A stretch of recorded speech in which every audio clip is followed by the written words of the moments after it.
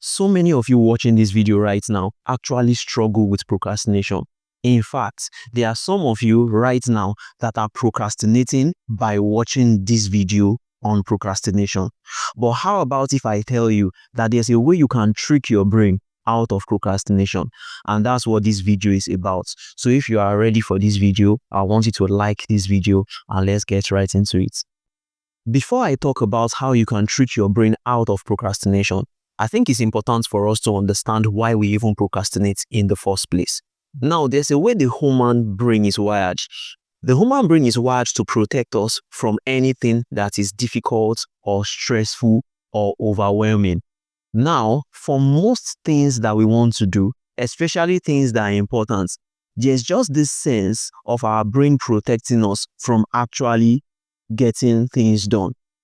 It's protecting us from difficulties, it's protecting us from stress. But in order for us to make progress in life, we have to do the difficult or the stressful thing. So it's just a normal reaction where our brain is trying to protect us from doing things that will stress us. But like I've said, it is still important for us to do the stressful things, the difficult things, for us to make progress in life. Now, sometimes when our brain is trying to protect us, it is protecting us by giving us a false image of what that work actually entails. So our brain just gives us a false image of that work being difficult and it pushes us away from doing it.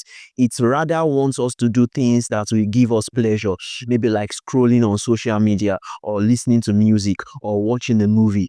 It wants to push us towards doing easier tasks, but doesn't want us to do things that it considers to be difficult.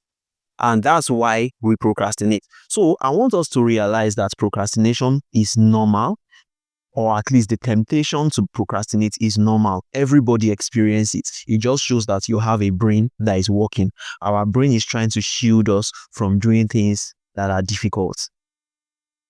Since that's the case, we need to learn how to wire our brain and tell our brain that, yes, I know that this work is difficult, but I need to do the difficult thing. Now, at the end of the day, you may even realize that your brain was shielding you from something that wasn't actually difficult. It was shielding you from something that you have a perception that it will overwhelm you, it will stress you. But when you start doing it, you start to realize that it doesn't even stress you at all. So you need to really know how to break that barrier that your brain is placing in front of you and for you to still get things done. Now, I found out that there's a trick that you can play on your brain to overcome procrastination almost every time. Now, before I mention it, I must also mention that motivation many times comes from taking action, not the other way around. You don't take action most of the time because you are motivated. Motivation actually comes from you taking steps. Now, when you start to do things that your brain does not want you to do because it considers it stressful, you start to do those things. Your brain starts to realize that, oh, this activity is not as stressful as I initially thought it was going to be. That barrier starts to reduce. It starts to reduce the more you take action, and you should find out that you don't procrastinate again. In fact, things become easier from then on because your brain now starts to realize that it is not as stressful as it had esteemed it to be. So that means the way to overcome procrastination is to actually start. Most of the time, you just need to start. You need to take the first step. Now, the trick to actually overcoming procrastination is what is called the 5-minute rule.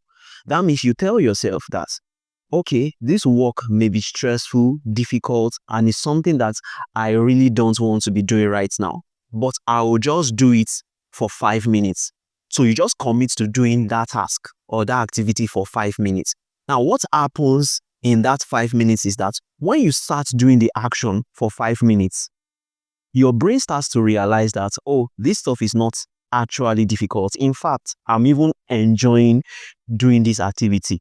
And that resistance goes away because you have actually started to make progress. You started to take action.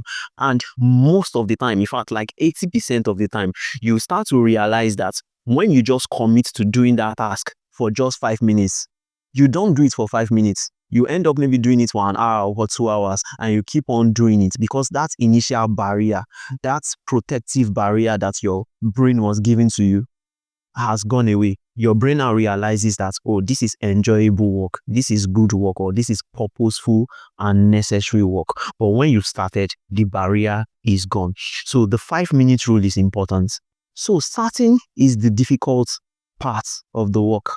That's why you just have to start small many times. So you catch yourself wanting to procrastinate. Just say, all right, I know I don't want to do it, but I'll just start small. Let me just do it for 5 minutes. And when you start, you'll realize that things get easier as you go. When you make progress, maybe you get something done, you have small wins, your brain releases dopamine, and you get more excited about having more wins and more success. So if you can just within that 5 minutes get something done, your brain releases dopamine and it makes you excited that if I could get this little thing done, then there are better chances of me getting the next thing done and the next thing done and the next thing done. And that way, from something that you wanted to do or you committed to just doing for 5 minutes, you realize that you are doing it for much longer than you initially bargained for. So you don't need more time. You don't need much time. You just need 5 minutes of courage to actually start. So that's it for this video. If you can just follow the 5 minute rule, you are going to be better at your productivity. If you learned something from this video and you've not already liked the video, like the video. If you are not already subscribed to this channel, I want you to subscribe to this channel for more videos like this. And I also want you to share this video to other people that may find this video useful. Now, till the next time, make sure you are getting things done. Bye.